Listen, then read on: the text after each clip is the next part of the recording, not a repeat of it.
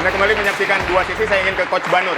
Coach Banur, tadi Anda mengatakan bahwa Australia ini bermain sangat efektif. Sehingga berapa kali kita melakukan penyerangan, kemudian bisa di-counter balik dengan sangat baik oleh Australia. Jadi kita seolah-olah kayak mengikuti ritme permainan dari Australia. Silakan. Mengikuti sih enggak ya. Dari awal kan sama Australia dipancing dulu. Makanya aba-aba awal kan kita nyerang tuh. Nah setelah itu memang pertahanan Australia memang rapat. Dan itu gaya Australia, rapi main bola. Gitu. Begitu dia merebut bola, dia melakukan counter attack yang efektif. Ya. Gitu. Efektif sekali. Hampir setiap dia merebut bola ke gawang kita, hampir berbahaya terus ke gawang kita. Mengancam? Mengancam terus gitu. Kalau dibilang tadi kita banyak pegang bola, possession kita menang, memang taktikalnya begitu. Biarin aja dia main. Habis itu kita dapat bola, Australia dapat bola, melakukan counter attack yang Taktikal efektif. dari Australia berarti? Betul, seperti itu. Nah, memang banyak peluang yang diciptakan sama kita. Bukan biasa dalam kita. Waktu lawan kita di mana di Senayan kan dia peluangnya Australia kebalikan sekarang nih. Australia peluangnya setengah banyak banget. Tapi karena kita memperagakan permainannya sedikit defense waktu pelatih yang lama, kan susah juga ditembus. Tadi Australia sedikit banyak begitu, tetapi lebihnya Australia ketika melakukan serangan counter lebih efektif. Di depannya cepat-cepat. Ini lebih efektif atau justru pemain bertahan kita yang justru malah nggak sebagus ketika bermain di GBK?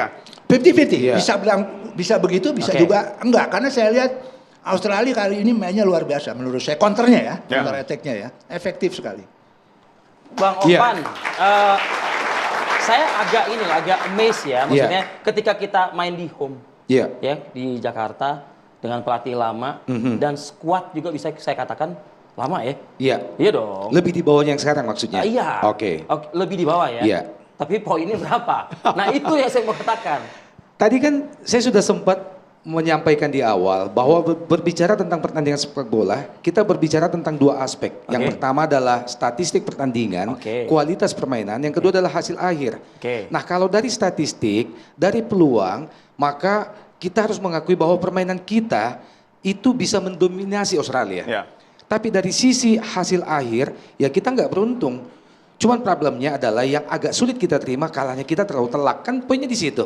Kalau kita masih kalahnya 2-1, ya udah kita bayangin sebelumnya kok. Ya. Kita nggak masukin proyeksi untuk bisa mendapatkan kemenangan di kandang Australia itu nggak masuk proyeksinya PSSI sama sekali. Tapi kita bisa bertahan. Betul. Gitu. Nah, tadi saya sempat menyebut kalau secara teknis pertandingan tadi diulas oleh profesor bola kita, Coach Bambang Nurdiansyah, maka saya nggak menyentuh itu. Saya melihat aspek dari apa yang kita tonton tadi. Bahwa ada 4 pemain yang mengalahkan kita, 2 tadi sudah saya sebut ya, 2 penjaga gawang, 2 lagi adalah Rizky Ridho, tidak dimasukkan sejak menit awal.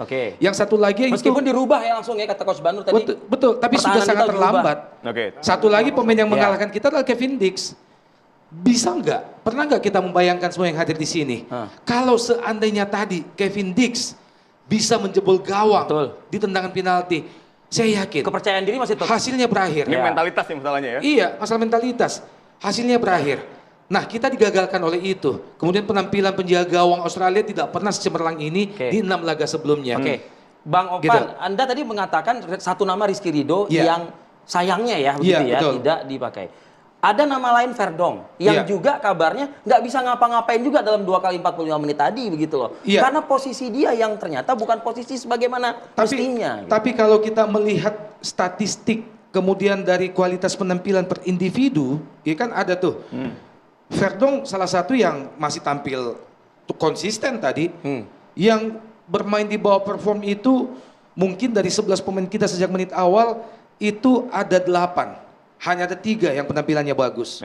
Ya Oleh bagus, Verdong oke. Kemudian bagus? Ini sejarah kan nih membobol gawang Australia. Iya, di kandang mereka. Oleh luar biasa. Jay Itzes termasuk yang di bawah performanya dia. Apalagi pemain-pemain yang lain. Nah, saya ingin mengatakan begini. Jangan putus asa, tetap Garuda di dadaku. Kenapa? Karena kita masih akan mengarungi 3 laga. Dan kalau kita berkaca pada kualitas permainan kita malam ini, maka sekali lagi kalau kita hanya ingin lolos ke ronde keempat Asia, itu sekali lagi masih sangat terbuka. Masih sangat terbuka. Saya gitu. Ya, Coach Banur, betul. Tadi jangan putus asa. besok lawan Bahrain nih. Nah, itu gimana? Ya setuju. Peluang masih terbuka, sangat terbuka. Tapi penampilan tadi jadikanlah pembelajaran. Nah, kalau gitu Coach, tolong kasih paham Coach PK. Jangan. Loh, kenapa? Nanti jadi saya lebih pintar dari Coach PK. Faktanya. Orang tadi dibilang profesor sama Mengomentari Bung Ropan. teman-teman mahasiswa, mengomentar itu enak ya.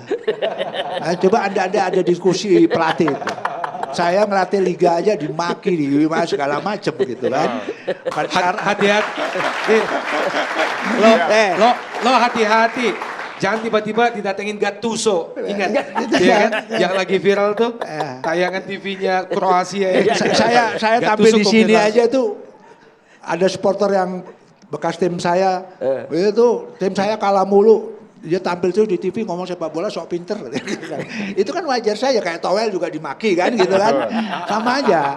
Tapi nggak apa-apa lah gitu kan. Oke, tapi setidaknya Coach, apa yang harus dibenahi dari Coach PK gitu untuk next match? Ya yang pasti belajar dari pengalaman penampilan tadi. Buat apa ada behind the team segitu banyaknya dan jago-jago itu? Pengalaman ini hanya pengalaman yang dibesut oleh dia di Australia ini atau pengalaman sebelum-sebelumnya yang harus juga Wah, saya nggak mau. dipakai lah gitu ya. Nggak, jangan terlalu alergi gitu loh Coach Banur gitu. Yang maksudnya yang mana nih? Yang mana nih maksudnya? Nggak jelas. Gini. Saya yakin Anda yang ada di studio ini kepengen tim nasional kita ke Sepakat. Betul. Piala Dunia. Sepakat. Ya kan? Kita hanya mengingatkan, kita hanya mengkritisi, wajar-wajar saja. Karena pada dasarnya kita semua di sini kepingin punya tim nasional kita ke Piala Dunia. Itu the point ya. Iya. Makasih. Coach, tapi gini Coach Banur. Ntar dulu. Tunggu dulu Coach. Temen saya masih kepo bener, nih. Temen ini saya belum masih kepo. menjawab pertanyaan dari Rivi. Kalau semua harapannya kita masuk Piala Dunia mah itu harapan semua gitu. Pak Prabowo juga berharap seperti itu.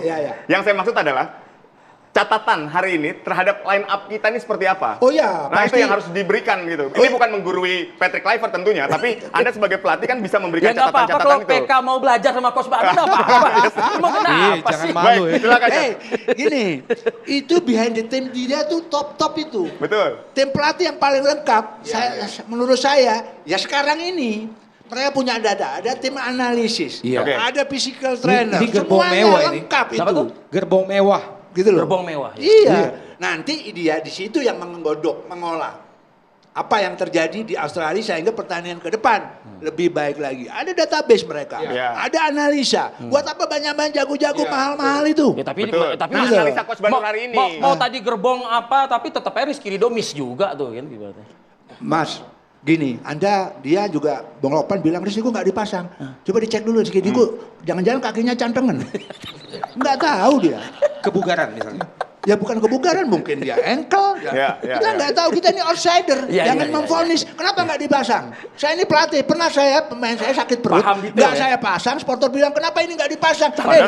Pemain gue sakit perut itu. Gitu loh. Gitu loh. Jadi